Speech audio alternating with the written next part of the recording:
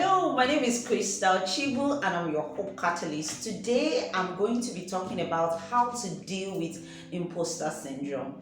And if you are yet to subscribe to this YouTube channel, don't forget to click on the subscribe button. And when you click subscribe, also you need to turn on the notification button. That way you will not miss anything at all. Why I'm talking about imposter syndrome today is because sometimes a lot of us, we're doing so much, but you keep asking yourself, am I trying? Am I doing enough? Just maybe I'm not giving it my best. Maybe, yes, I can see the successes, but I'm not even sure if this is really it. And so today I'm going to be telling you how to address the symptoms when you see some things that look like this and how to just generally deal with it. So first, let's define what imposter syndrome is. It's a collection of feelings where you feel inadequate despite your evident success. So you're doing something, everybody around you feels like you're doing so much.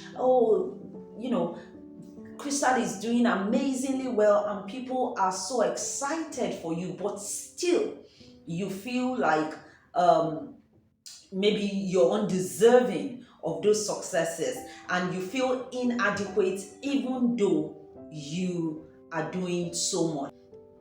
Pretty much it is characterized by a lot of self-doubt, a lot of feeling like a fraudulent person. And so I'm just going to talk about some of the symptoms that when you see those things, you really, want to start considering and asking yourself, am I having imposter syndrome here, or is there something that I need to look at? The first thing is, you feel like a fraud. You feel like a fake. And even though you're the CEO of the company or you're the CEO or you're managing things, still you look at yourself and you say, I'm not deserving of this success. Just maybe what if people find out that I can't do this? And there's so much doubt.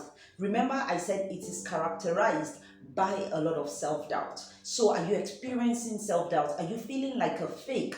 That is one thing. Sometimes you just really feel like it all boils down to luck. Maybe I was just lucky.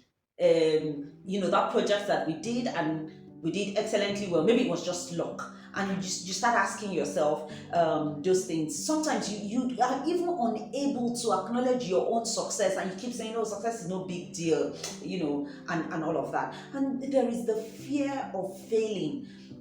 You're just asking yourself all of the time, what if I fail? So this one worked out, yes, but what if I'm running another project and it just doesn't work?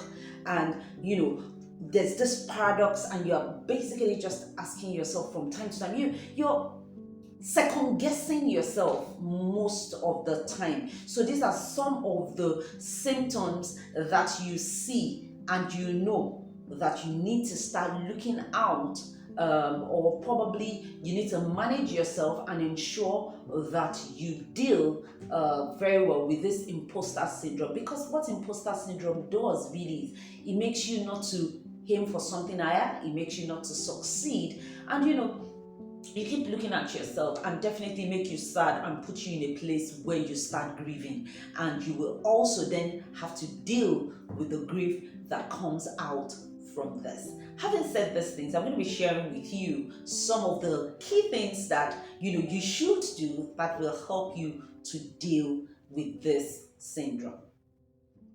The first thing that I want to tell you is that you need to acknowledge and be aware when you see the signs of these things. And that's why I told you some of the symptoms will help you to know that you're having imposter syndrome. So basically, you need to be aware. So when you see these feelings, when you're beginning to self-doubt yourself, when you're beginning to get to the point where you are afraid, when you're getting to the point where you feel fraudulent, when you're getting to the point where you're asking yourself over again and you're just second guessing, when you start seeing this and when you start having those kind of thoughts, you already know that it's coming again. So you need to recognize it and acknowledge it when you begin to have those symptoms. And when you are aware, it helps you to deal. Because when you know that something is coming, really, it's like having symptoms of a particular sickness. Let's say malaria, for instance. When you start seeing the symptoms in yourself, you know that, oh, I'm not feeling too well, maybe I'm not up to it, maybe I need to take a rest and all of that. That's the same way that recognizing the symptoms just really helps you to deal with the issue. The second thing is honesty. Own your successes. There is nothing like when you're achieving things, you're achieving great things, everyone around you celebrating you, and you really just get to the point where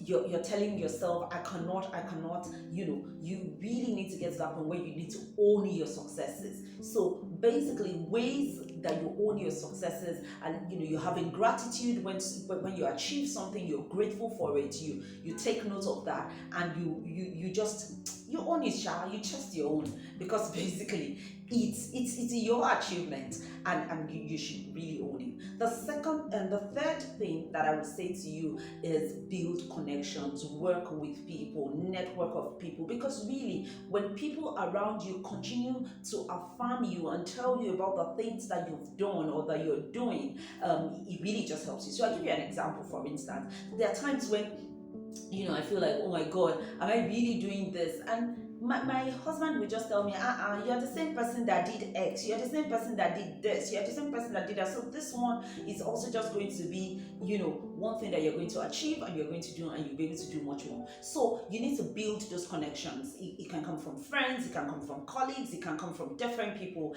I think that's also really something that is critical. I think also you need to get mentors, you need to get coaches, you need to get people that affirm you again. So even though you have this network of people, coaches that train you, and you're able to talk about your feelings and the way you're feeling about this whole imposter thingy, and then they will be able to help you get through that process. And then finally, always think of things in the context for which they are happening.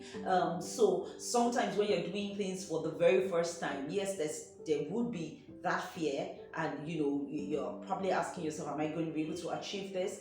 So think of the context with which the things are happening, remind yourself, and be 100% confident, because the context with which different things happen determine how those things really go, and how much they succeed. And I think that this will help you to go through this. If you have any other suggestions on the things that you can do to avoid imposter syndrome, what I need you to do is drop me a comment in the comment box. And also, if you have any questions, definitely just reach out to me and I'll be answering your questions. All of these things that we're doing are things that will help us deal should we be going through any pain of any sort, because imposter syndrome can also be a big trigger to the point where you now begin to lose the things that are really important to you, and as a result of that, you definitely get to go through grief.